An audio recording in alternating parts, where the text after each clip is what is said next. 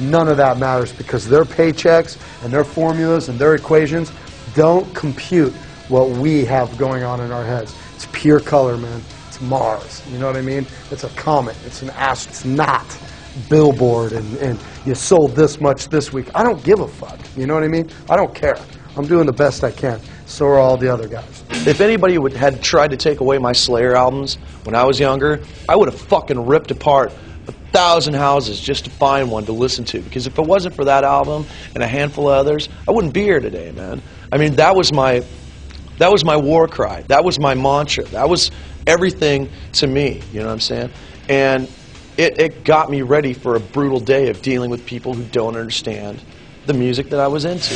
It's the parents who don't understand it. It's the parents, the thing that you always fear the thing that you don't understand. That's what fear is. It's a total lack of control over your feelings about something that you're not familiar with. These kids know it. They know what we're about. So they have no fear of anything. Slipknot, get there!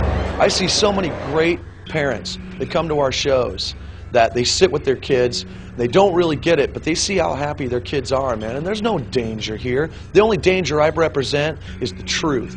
And that's all I've ever tried to represent. Because I am not going to lie to our kids, because our kids are a lot smarter than anybody gives them credit for.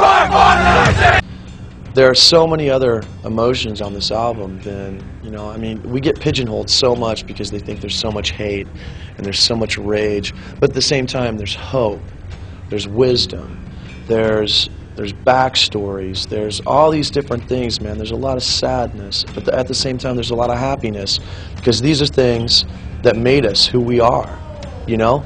If it hadn't have been for the things that we went through, we would not be the people we are today, you know. And we're basically telling kids that it's all right, and you can be whoever you want to be, and you can do whatever you want to do. People aren't even going to understand Slipknot until 10 years after it's done. First of all, we're not going to tell you half of what's going on until we're out of here.